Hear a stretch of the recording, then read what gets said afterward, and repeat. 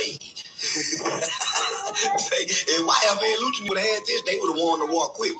If YFN Lucci would have had this, they would have been won the war. I saw the way them niggas caught blast behind his mate. Them niggas could at least pow, pow, pow. No punching was on. They could have grabbed me, choked me out. Didn't do nothing. Cause the nigga saw me reaching in my pocket. What you reaching for? Do something and let me show you. Young thug, man, nigga. I thought you was King Slime, thugger. Made your put on them panties again. You had on Mariah socks last night. Say y'all, King Slime had on Mariah socks last night when he saw me. He wasn't so keen. I thought you were bad. You were just tall and musty. I thought you were tough, thug. I thought you was tough, thug. I thought you nigga was tough. Didn't y'all try to get a nigga to jump on? Do me like y'all try to do DJ Academics. I'm waiting on one of you niggas to throw a punch. Y'all been talking tough in these rap songs. I ain't had no security neither. I was by myself and they ran up on me. But for whatever reason, you niggas is scared of this mace. I ain't seen a nigga beat this mace yet. I ain't had to pull the gun. And I had the light on me. Listen, I didn't have to pull the gun. I'm not smart, not tech savvy either, but I'm finally...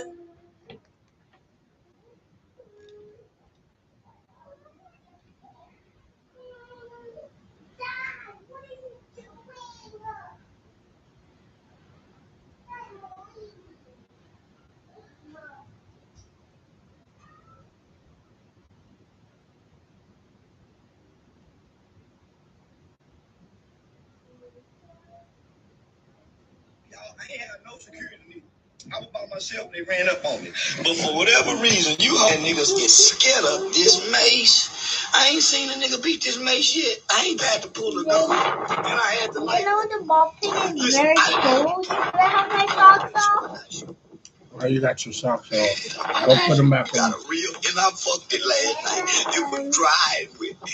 Say, thug, listen, you got a real, but that bitch was drying wet last night. I thought it was gonna be wet. I thought you gonna have that wet, thug. What these niggas was talking about you, maybe you just tough in your mouth, bitch nigga. Your whole ass, matter of fact, you ain't no stepper. I just thought something, Jeffrey. You ain't no motherfucking stepper, nigga. You was a punk. You was a gangster punk. What it was to kill her. That's why I wasn't scared. I knew you wasn't a nigga, Jeffrey. I knew you wasn't a nigga, Jeffrey. I knew Woody and his daddy and that baby was the killer. Woody, baby, not no more. He done straightened her leg out. The girl got a wobble now. She ain't. So, shit, nigga, get what? Ain't no more danger in Atlanta. You niggas ain't dangerous, especially not in Miami. Atlanta, nigga, you ain't even dangerous in Miami. Talking about ass the judge. Thug. Boy, you on probation for the rest of your life. You know, you couldn't even make me. I wasn't scared of nothing. Because I was saying, man, these nigga jump on me. I'm going to have Thug's sister crying again about the money. She going to be crying till my brother money gone. Say, I'm going to get your watches repoed again. Remember they trying to repo your watches? Say, I want to have a little baby and them giving you back donation again. Boy, remember Drake and them had to give you a donation in the tip when you got out the tip. You was a bad nigga. And nigga, listen, I knew it, homie. I knew you. That's why I ride around this nigga like I'm bad, nigga. That's why I run around this like I'm bad, because I done run in every last one of you, homie. I done seen you niggas everywhere. And you, nigga, ain't done nothing. Ask the nigga what happened in the barbershop. Ask nigga how I got charged and pressed on me after the barbershop incident. Nigga, I'm really with that shit, nigga. You nigga run up on me every time to get what y'all do. Nothing. I don't run up. All right. That was Charleston White. Him and Young Thug done seen each other and ain't nothing go down. And if he got any sense, nothing will go down, because like he said, he on trial for 15 years of his life, and any one little thing he do, he going back, you know. So don't let these dudes trick you off the street. Big Meech, you know. That first interview that that I played you. That was Big Meech doing an interview on the This Not a Real Podcast. Podcast. That's the name of the joint, and so yeah. So it just seemed like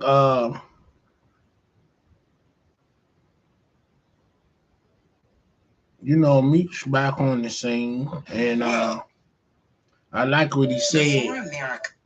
He said that he was talking about the ones and the fives. He said the ones and the fives were small money that, well, he was actually talking about ones, but I guess they lumped the fives in there as well. He said that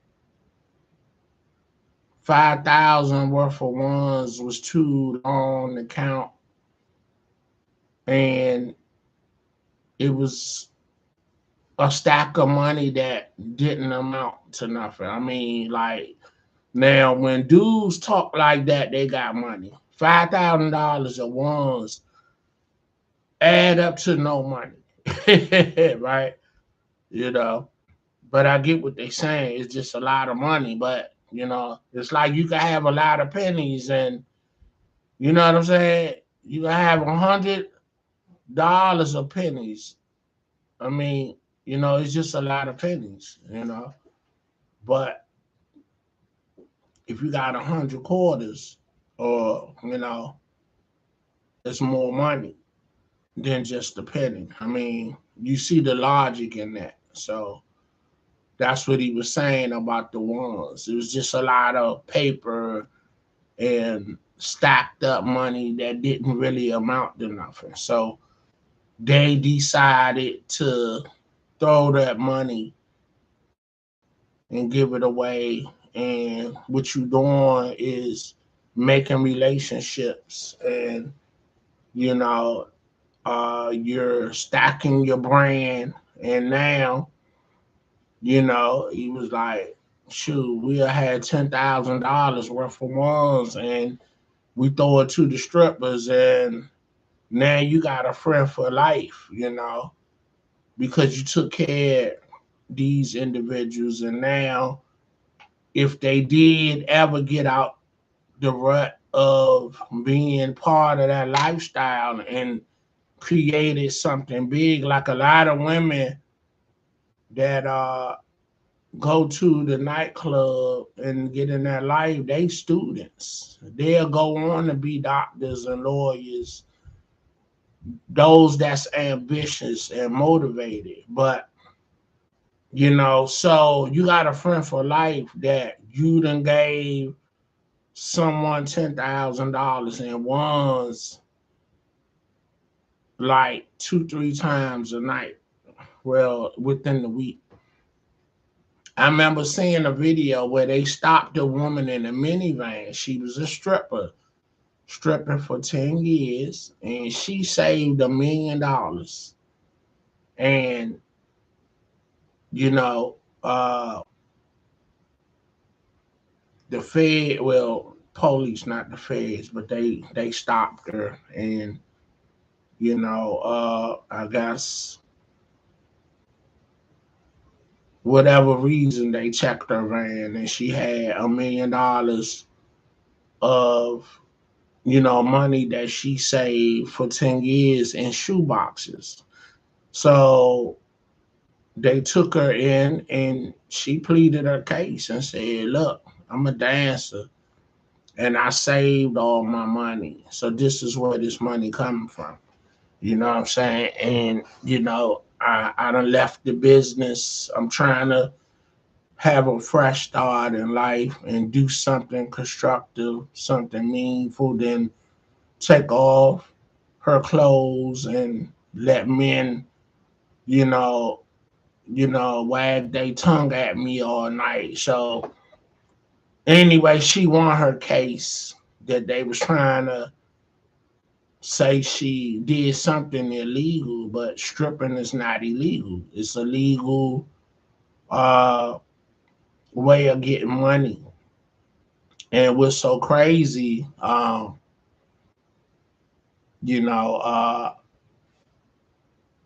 don't know about it now. The laws be changing, so people just do what they want now. As far as law changing, because of who's in office and who is following nobody rules on how he respect the law and things. And I'm talking about President Trump. So, um, far as I know, right? I mean, strippers don't pay taxes because you know, I don't know how that go. I mean, you are a establishment of the club. I mean, but that's considered kind of underground though. They might make a small salary. So from what I understand, strippers are like what waiters are. They get like something like $5 an hour because they make tips, and their tips can be 10,000 a night. So therefore, why an establishment is going to pay you a big salary when you're there to get tips? So I'm sure, you know, whatever they owe the strippers in a check, they probably keep that. And then from what I hear, a stripper had to pay damn near 800 a week if you're in a high end strip club and you got the ballers coming in, like the ball players, the street dudes, any kind of celebrities that like that kind of lifestyle, and they throwing, or businessmen, whoever that coming in, and they throwing money around. So, you know, I think that I'm sure they got a breakdown with the club. Last thing I heard, it was a stripper complaining about the club send the henchmen to them and let them know if you made anything over 3,000 a night, you gotta pay a $800 fee, to the club, and or they're gonna block you at the end of the day. So yeah. So how y'all doing, man? Did you know? Again, I stated in my last video, which was I think Sunday, that a black man was going to the moon. His name is Vincent Glover. He's a Navy captain, and let's get a visual on him. You know,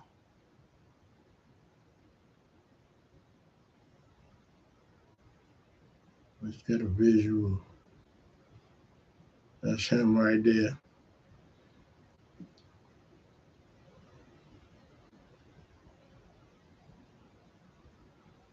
Vincent Glover, U.S. Navy captain. Let's read his bio. Vincent Glover is a NASA astronaut and U.S. Navy captain who is making history as the first black person to travel to the moon vicinity. Born on April 30th, 1976 in Pomona, California, Glover is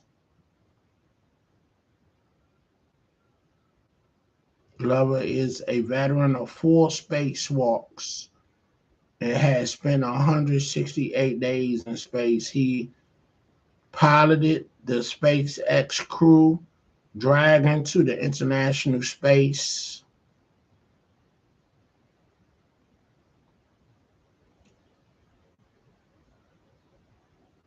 Station in 2020 and is now part of the Artemis 2 mission aiming to orbit the moon and return to Earth. All right, that's what's up. Black man making moves. You feel me? You know. But let's get into what we already doing.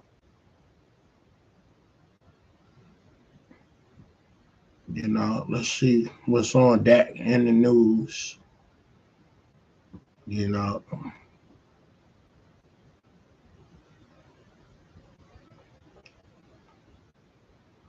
anybody see the Tyreek and Tank versus? I think everybody was talking about how Tyrese would have won if Tank wasn't bringing out all the people that he wrote music for.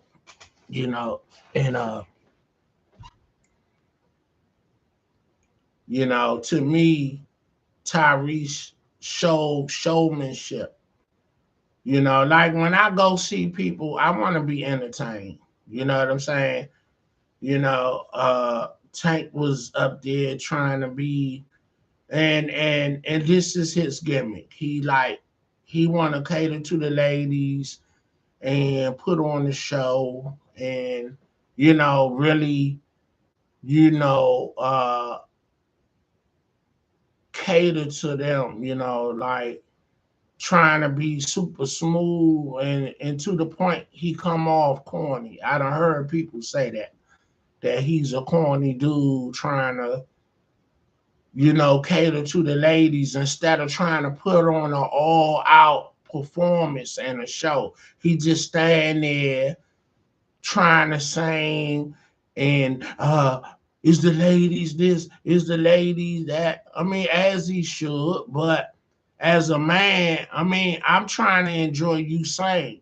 All that other shit you doing with the women and Nick, I ain't here for all that. I'm coming to see a performance. You feel me? So to me, Tyrese was performing and putting on a show, for everybody, So, but Tank is from the DMV. So therefore, if I had to cast my vote, it would have been for Tank. Cause, anything DMV I gotta represent for. And so yeah, so that's would have been what that was on that tip.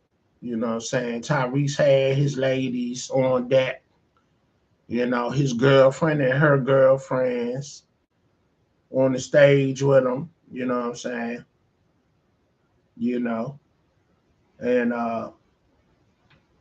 you know, he set a vibe in the move. He was changing his outfits, giving everybody showmanship. You know, all Tank did was just sat there. I'm gonna bring this one out. I'm gonna have this one the same. You know what I'm saying? So the fact that he did that, he knew that he couldn't. He's not a better showman than Tyrese was. So he played to his strength. He was like, all right, I gotta go in my bag. I'm gonna bring out all the people that I wrote for that's gonna sing my songs that I wrote for them that are hit records. Now, you know, Tyrese did bring Chingy out, but that was one guess. Tank had his band members singing. He had I'm like, he hit him with a full loaded pack, He like Tyrese is like, damn, I thought the verses was between me and you. You got everybody singing. He brought out LaToya Luckett. He brought out Jamie Foxx that shut it down. It was over after Jamie Foxx hit the stage. That's a Oscar winner, So his stock is so big that his brand is so big. It was over after Jamie Foxx. Now if Tyrese could have had Michael B. Jordan come out and sing a song, then that would have been even. You know what I'm saying? But Michael B. Jordan don't sing. But just in case if he did, and suppose he did sing, and was, like a lot of people have hidden talent, like when I just watched the episode of Different World, and the girl Whitley was on there, and she can sing and she can dance. Like, she can get busy, like, what I'm saying, stepping and hip hop dancing. So if Michael B could have came out and did one of Tyree's songs with him, or sung one of Tyree's songs, that would have made it even, because uh, Tank had his bandmates singing, people that write with him and write songs. Then he brought out uh, another DC native, DMV native, Trey Songz. He brought out Latoya Luckett. He brought out the two bandmates that write with him, three bandmates that write with him. And the big dog was Jamie Foxx. So yeah. So, Jamie Foxx shut it down. So my thing was Tyrese would have won had Tank didn't do that. But if I had to cast a vote, I'm gonna vote for Tank because he from the DMV. You feel me? Happy birthday to one of the baddest Go-Go Congo players in DC, Go-Go Mickey. Birthday is the day. We Aries. My birthday is in 2 weeks on the 16th on a Thursday. And I think I'm planning to go out to dinner. It's on a Thursday, so I'll probably get my niece and uh, me, my son, and I know my wife and all them gonna take us out to dinner. So I want to go to this Blue Grill, Blue Sunday Grill is in Lowell. This is a new restaurant, not a new restaurant, but I heard somebody talking about it. This lady at work came in with a Carolina kitchen bag, and I was like, Carolina kitchen, I was asking her, what do you get from there? Because I'm familiar with Carolina kitchen, and their fish and meatloaf is good. When I go there, I get their meatloaf and chicken or meatloaf and fish. They got pork chops, they got ribs, they do their thing. But you know what I'm saying? You know, I don't normally eat meatloaf, but their meatloaf is hitting it whole and it's close to what my wife and my mother make. So, that's what I order most of the time, and then I add something to it. But she was talking about Blue Sunday Grill and Laurel, and she was like, the ribs are good. She said her father had the ribs, but she had a seafood platter, right? So I probably go get both of them jumps, and cause she recommended the ribs, but she had the seafood. So I probably get the seafood and like, a shortcut of ribs or whatever to go with it. So I can, taste both and yeah. So yeah. Uh Shouts out to my nephew that just had a baby boy Tamar Chambers, and another champion has been born. Shouts out to his girlfriend Nakia Brown. Let me show y'all some pictures of the baby. And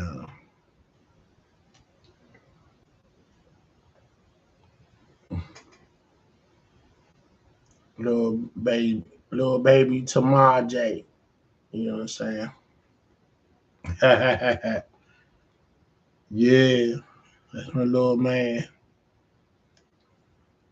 And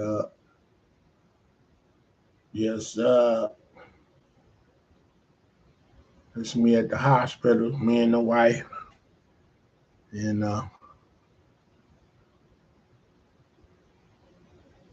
yeah, I ain't take pictures of my nephew girlfriend because I know she wasn't feeling glamorous. But let me show you a picture of her. You know, before she had the baby. That's the grandbaby Lex and my wife. Yeah. So, mm-hmm.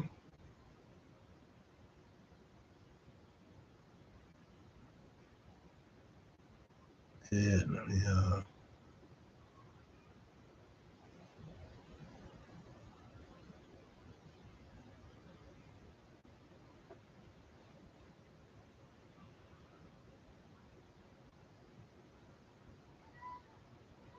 Shouts out to Michael B. Jordan again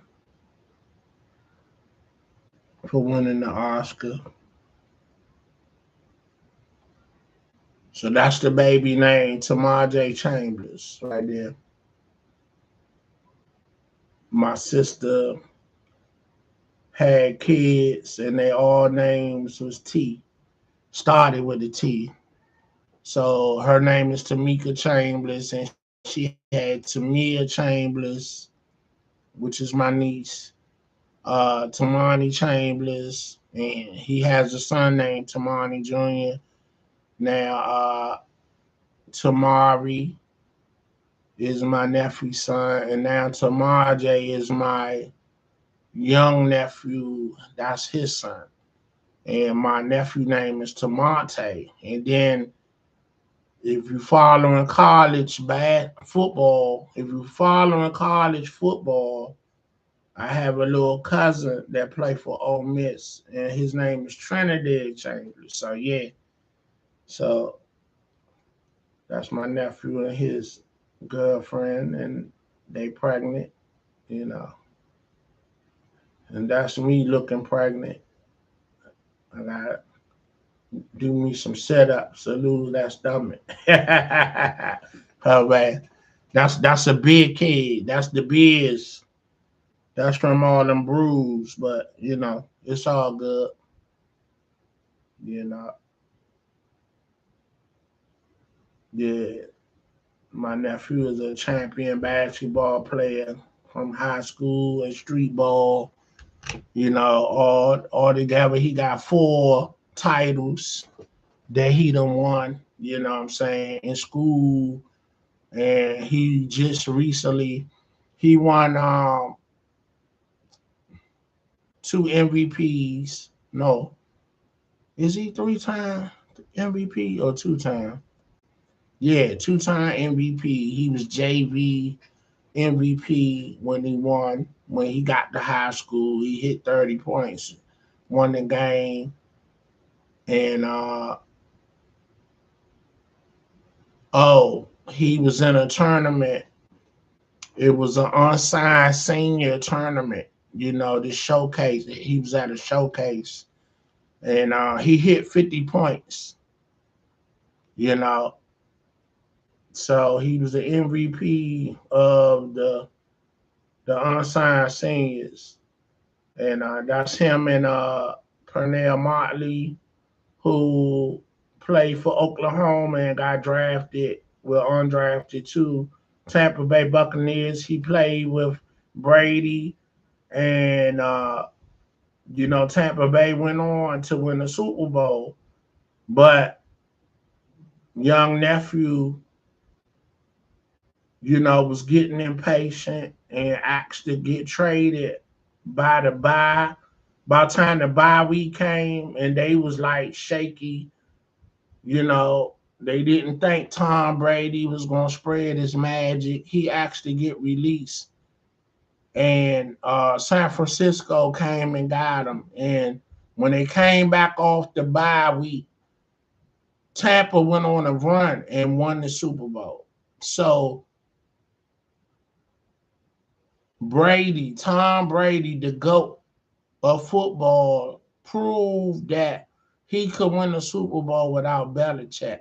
And it was his magic that made the success of the New England Patriots. So we call him Pete.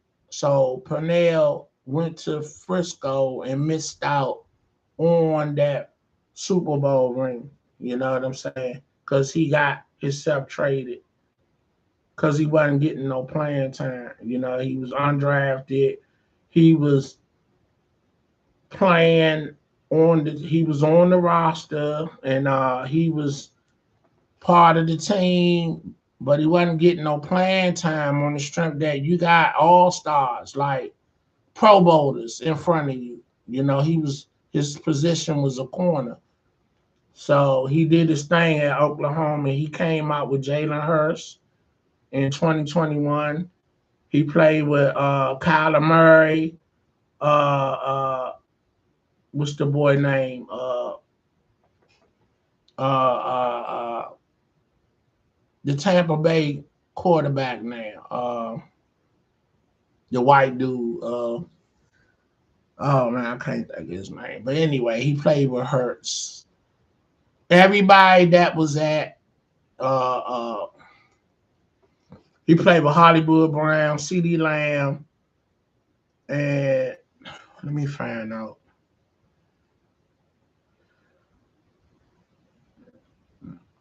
Uh, Baker Mayfield.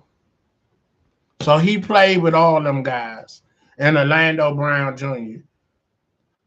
Orlando Brown Jr. is my homeboy nephew. He's married to his aunt, and so Pete Purnell Motley would have been the first one out of that class that came out Oklahoma that would have got his Super Bowl ring first before Hurst and before Orlando Brown Jr. You know what I'm saying? So yeah.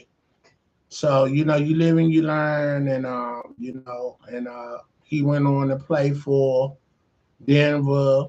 He went to Detroit and got hurt, and they put him on the practice squad, and then he didn't heal fast enough, so he went on up because I think they let him go with Detroit.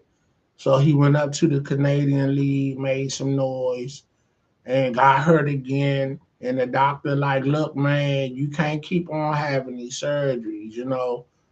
Uh, Basically, you need to call your career to an end. And if you plan on walking the rest of your life without a limp, without a cane, and so he went on and retired after 5 years, and so he's back at his middle school coaching, and he gonna work his way up to college and so forth. But you got to start from the bottom. You know what I'm saying? You teach the young kids what you learned that got you to college and that got you to the pros. All right, I gotta go get my niece, so I'm gonna end this, and I probably won't see y'all till probably Sunday, if that. So y'all have a great weekend. This big day. Like, share, subscribe, and I holler. Peace.